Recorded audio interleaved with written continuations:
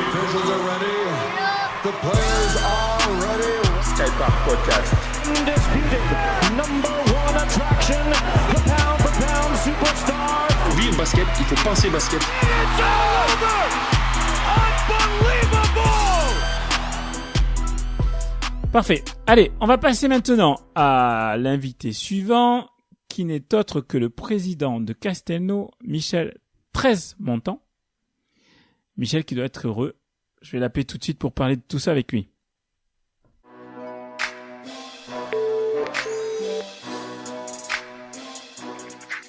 Oui, Allô, Ablaï. Monsieur Treize-Montant. Bon, alors attends, je m'isole là. Oui. D'accord, vas-y, Isaac. Ablaï. Je l'ai bien dit, Voilà. Treize-Montant, hein. Oui, 13 Ouais, montants. 13 montants, magnifique. Tu vois, je me suis souvenu parce qu'à la dernière fois, tu m'as dit pas 12, 13. Et voilà, Oui. du coup, du coup, c'est resté. Bon, ça va, Michel? Oui, impeccable. Bon, super. Bon, je disais, Tu vas être en direct ce soir là? là, on est en live, Michel. On est en live. D'accord. ok. Alors, je disais, Michel, que tu es le président heureux de Castelnau. Oui. Puisque bon, vous avez fait un super départ, là. Vous êtes à 4 victoires, 0 défaites. Et en plus de ça, vous avez gagné, donc, le derby contre Saint-Médard. Et, bon, tu me l'as fait remarquer quand on en a discuté au téléphone un petit peu avant. Oh, mais j'ai plaisanté. Oui. parce- Mais c'est vrai que j'avais pas forcément parié sur vous parce que je trouvais que le jeu de Saint-Médard était très très bien huilé. Mais apparemment, j'ai eu tort. Est-ce que tu peux nous dire ce qui a fait la différence dans ce match? Comment tu l'as vu toi ce match? Bon, alors ce match, je l'ai vu. Bon, tout d'abord, et puisqu'on est en live là, on enlève toute ambiguïté entre les deux clubs. On s'entend très bien avec Laurent. Et s'il y a quelques tensions, c'est des tensions sportives uniquement. Mhm. Les gens se respectent, les joueurs se respectent, les joueurs s'aiment bien, et il faut essayer un peu de faire monter la mayonnaise pour attirer le public. Tout Tu à vois fait, ce que je tout veux à fait. dire. On est tout à fait d'accord. Mais il y a aucune animosité. Je m'entends bien avec Laurent et tout le monde s'entend bien avec ses médards.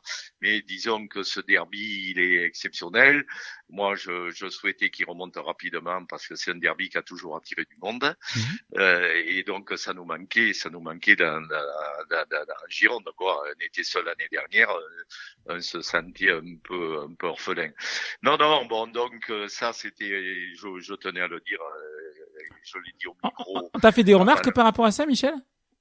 Ouais. Un oui, petit peu oui. Les remarques, c'est pas des remarques, mais tu sais toujours, il y a toujours certains qui aiment bien foutre l'animosité entre les clubs. Oui. Tu vois, un tel, il a dit ça de toi, là, mais j'y tiens pas compte. Tu sais, Ouais, je oui. suis président, j'ai créé le club président depuis 38 ans.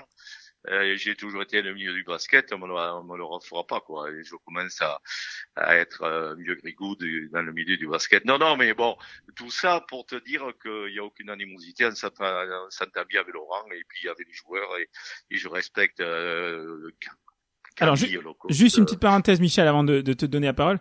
Je suis tout à fait d'accord avec ce que tu viens de dire. Et même dans le cadre du podcast, quand je fais les spéciales derby et qu'on essaie un petit peu de faire monter la sauce, c'est toujours dans un esprit sain. Je connais les joueurs des deux clubs. Tout le monde se connaît, donc c'est vraiment juste, comme tu l'as dit, pour attirer le public et pour que les gens puissent, voilà, participer et prendre du plaisir à aller voir ces matchs-là. Rien de plus. Alors, Oui, donc, oui. Et oui, je tenais à le préciser quand même pour certaines personnes qui ont fait quelques petites remarques, pas méchantes, mais bon, il faut rétablir la vérité un peu de temps en temps. Oui, alors ce match, je te dis. est-ce que je tu étais vais te- confiant déjà? T'étais confiant? Oui, mais tu sais, c'est un derby. Et des fois, dans les derbys, c'est pas toujours le meilleur qui gagne là.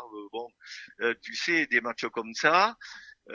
Donc, si tu m'avais demandé moi le pronostic, comme j'avais dit à Laurent, au président, j'avais dit, écoute, très honnêtement, j'avais dit, tu gagnes chez toi, on gagne chez nous, quoi. Voilà, Mm. bon, on a été.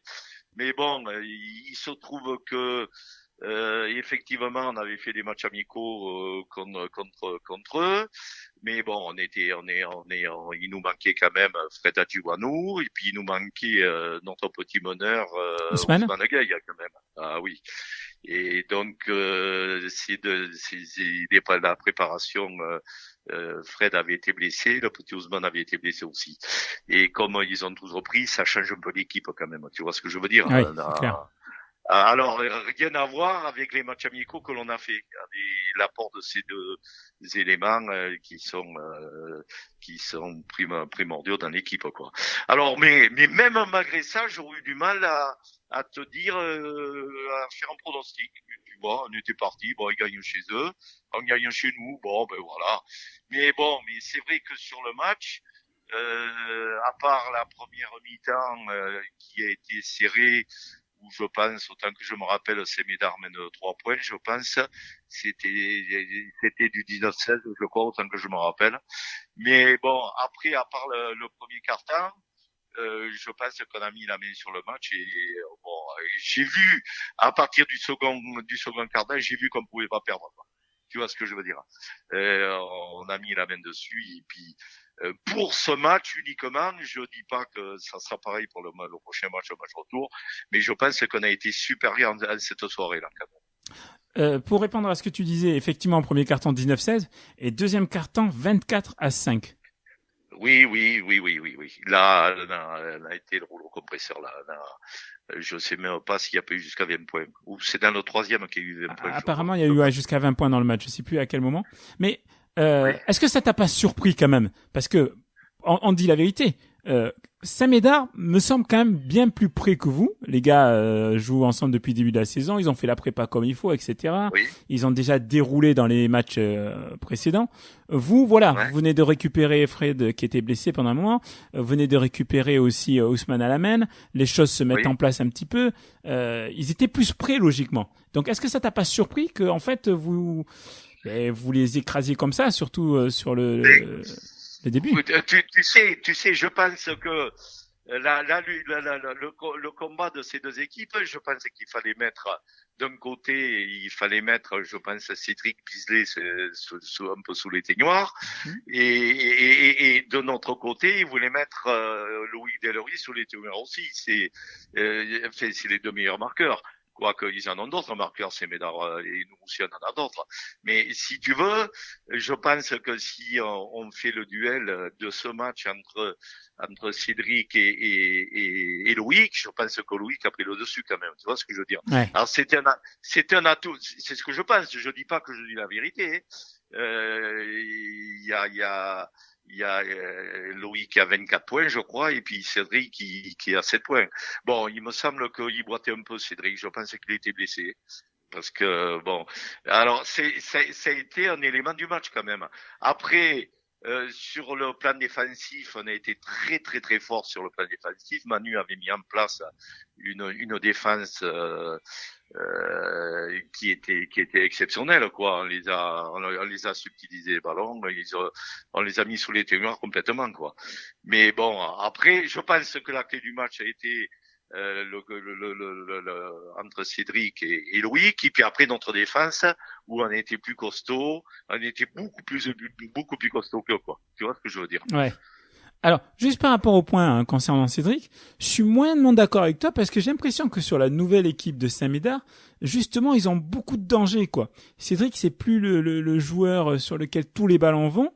J'ai l'impression que Camille a un petit peu plus réparti les tâches et ça aurait pu très bien être Tonio, ça aurait pu très bien être Yann Claude-Pierre ou le Prado, tu vois. Voilà, alors donc si tu veux, ce que je voulais te dire après, le premier c'était Cédric à museler, et puis il y avait Tonio qu'il fallait museler aussi. Mais bon, après Tonio a été muselé par Ousmane. Ousmane a fait une sacrée défense contre lui. Ouais. Ousmane, c'est un très très gros défenseur. Et bon, et après le combat a été tenu entre Djiwanou et Aurélien. Et Aurélien, je pense que, après, ça n'engage que moi, je pense que Fred a pris le dessus sur Aurélien, quoi. Sur ce match, je te dis pas que... C'est le retour que j'ai eu aussi, ouais. Voilà, quoi. Tu sens qu'il, c'est vrai qu'Aurélien est très fort, c'est un super joueur, mais je pense qu'Adjiwanou a montré plus de métier, tu vois ce que je veux dire, beaucoup plus de... voilà, quoi. Non, mais oui, surpris, oui, parce que je pensais pas, tu sais, on les aurait écrasés d'un point, ça aurait été bien, quoi. Ouais.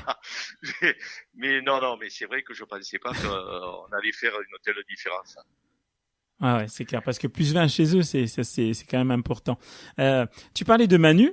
Et bon, j'ai pas pu voir le match malheureusement, mais je me dis que il y avait vraiment une bataille tactique entre Manu et Camille. Est-ce que tu peux nous parler de cet aspect-là? Et Manu en est sorti grand vainqueur. Est-ce que toi tu le vois comme moi, parce qu'ils se connaissent tous quoi, ils connaissent tous les forces adverses.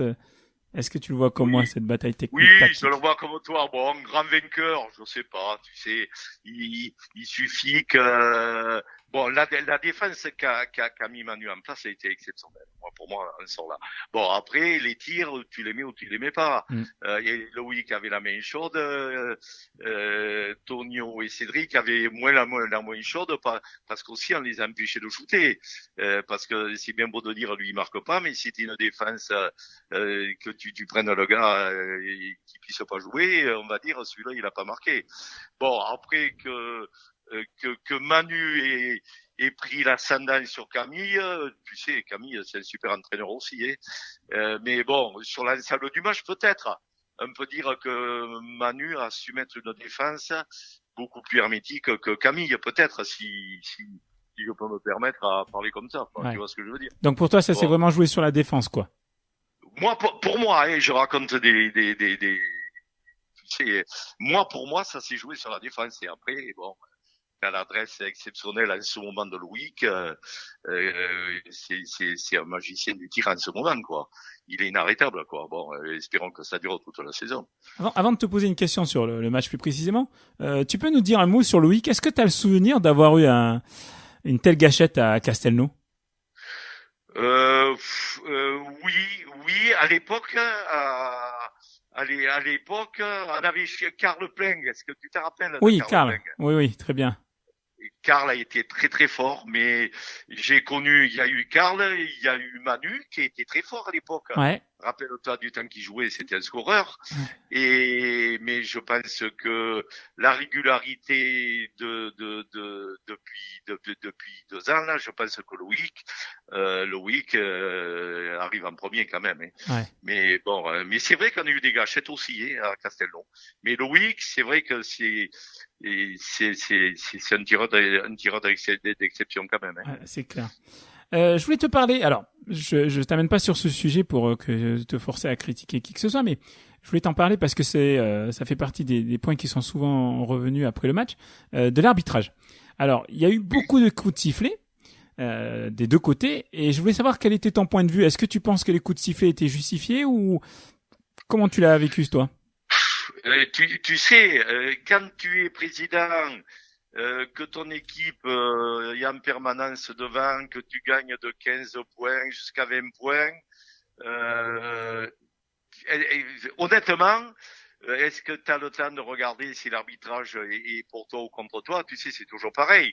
Quand c'est toi qui perds, tu vas dire que l'arbitrage est contre toi. Et quand tu gagnes, tu fais moins attention sur l'arbitrage. Mais c'est vrai que ça a sifflé, quoi. Je ne veux pas raconter de bêtises, mais il y a eu plus de 60 fautes, je crois, ou Oui, 65 fautes. C'est ça, oui. Après, on a critiqué les fautes des deux côtés, mais on s'aperçoit que tu as à peu près 32 de chaque côté, quoi. Tu vois ce que je veux dire? Ouais. Alors, j'ai du mal, moi, à me projeter sur une critique d'arbitrage parce que j'ai la vision d'un président qui gagne, tu vois, et quand tu gagnes, tu vois pas les choses pareilles. Tu me connais, tu sais comment je suis. Oui. À blague, moi, si j'avais perdu, j'aurais dit, oh putain, on arrête pas de nous siffler des fautes. Mais bon, quand tu vois que tu mènes de 15-20 points, j'ai pas eu l'impression. Peut-être que notre ami Lelandier s'y fait un petit peu plus que Thierry, peut-être, je sais pas. Mais non, pour moi, quand je fais le total des fautes, 32-32, c'est équitable des deux côtés. C'est facile de critiquer l'arbitre, mais moi, ils ont pas fait un mauvais match, très honnêtement. Est-ce que tu t'es calmé, Michel, sur le bord de terrain? Ou est-ce que tu es toujours... Oui, non, un peu moins quand même. Tu sais que j'ai eu mon pépin cardiaque l'année dernière, hein, et j'ai tout intérêt. Donc tu fais attention. J'ai tout intérêt à me calmer. Mais tu sais que apparemment, normalement, quand je vois que les scores sont serrés, je sors toujours avant la fin du match. Tu le sais, bon? ça. Non, je savais pas. Ça fait 20 ans que je sors après les matchs quand c'est serré, pour pas que je m'énerve, donc je sors après les matchs. Tu sors avant la fin du et match, tu si- veux dire? Ouais, quand c'est serré, je m'en vais 5-6 minutes ou 7 minutes. D'accord. Avant, je je sais veux pas. pas voir les dernières minutes, mais ça de tout à jamais, mais tout le monde le sait. Tout le monde le sait. Et là, paradoxalement, je suis pas sorti.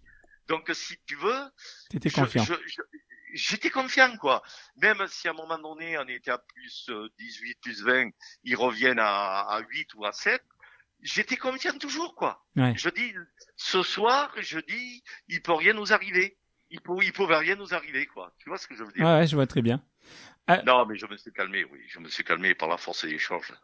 Alors, par contre, au vu des résultats que vous avez faits, je sais très bien que ça fait que 4 matchs, que la saison va être très très longue. Mais est-ce que du coup, alors je sais pas quels étaient d'ailleurs les objectifs de début de saison. C'était quoi les objectifs? C'était la montée? Bon, écoute, les objectifs, l'objectif, c'était d'être sur le podium. D'accord. Est-ce que maintenant tu revois les ambitions à la hausse? Tu sais très bien que la mission, les ambitions, on a donné une année à N2. Mhm. Il y a 2-3 ans, on a vu ce que ça a donné. Ouais. Il faut que le club ait les moyens. Il faut trouver de l'argent, quoi. Je veux pas parler d'argent, mais il faut recruter des joueurs d'exception. Il faut recruter ici, il faut recruter là. Et au jour d'aujourd'hui, est-ce que Castelnau a les moyens de rejouer à N2 au jour d'aujourd'hui? J'en doute, quoi. Bon, après, il faut voir en avançant. Mais de dire que l'objectif, c'était de monter à N2, nous, on s'était donné l'objectif d'être sur le podium. Alors, voilà, quoi. Tu vois ce que je veux dire. Mais dire oui, on monte à N2, bon, il faut y réfléchir. Il me faudrait du monde avec moi pour essayer de trouver des sponsors.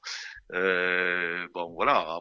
Après, je te dis pas qu'on crachera dessus, mais au jour d'aujourd'hui, c'est pas l'objectif numéro 1. D'accord. L'objectif numéro 1, c'était d'être en haut de tableau, voire être dans les 3 premiers, quoi. À voir, hein. Maintenant, voilà. Alors, j'ai souvent entendu parler d'une, une grande entente médocaine, oui. Est-ce que ça, c'est une idée qui pourrait un jour voir le jour, justement, ou pas du tout? Une entente médocaine entre des clubs, tu veux dire? Ouais, entre les clubs médocains? Ou est-ce Alors, que qui c'est... demande des clubs? Et c'est vrai qu'il n'y a pas énormément le de clubs de votre niveau, sur- mais... Sur le plus près, ça serait le Pian. Mais bon, on a discuté avec mon copain Charles, le président. Bon, voilà, mais qu'est-ce que ça peut nous apporter? Voilà, quoi. Bon, c'est vrai que très honnêtement, il y a 5-6 ans, du temps de l'ancien président de Saint-Médard, comment il s'appelait là? Rappelle-toi. Là, je vais pas pouvoir t'aider, je me souviens pas. Du temps que vous étiez à N2, mais ça me reviendra. Et c'est vrai qu'en fin de saison, il m'avait proposé une entente, quoi. Mais bon, au jour d'aujourd'hui, tu sais, nous c'est encore le club de clocher. Il y a les Médocains qui sont là, ils viennent soutenir l'équipe. Et qu'est-ce qu'on dirait de voir une entente avec un autre club du côté de Bordeaux? Je sais pas au jour d'aujourd'hui si ça serait judicieux, quoi. Non, le seul truc, ça aurait été le Pian, mais le Pian a des objectifs. Il joue la région, il est bien où il est, il a ses spectateurs. Et nous, on a les nôtres, quoi. Et puis on ne se plaint pas. Tu sais, t'es venu, t'as vu qu'on fait beaucoup de monde pour les matchs, quoi. Alors bon, si après c'est côté pécunier ou qui pourra apporter l'entente avec d'autres clubs, quoi.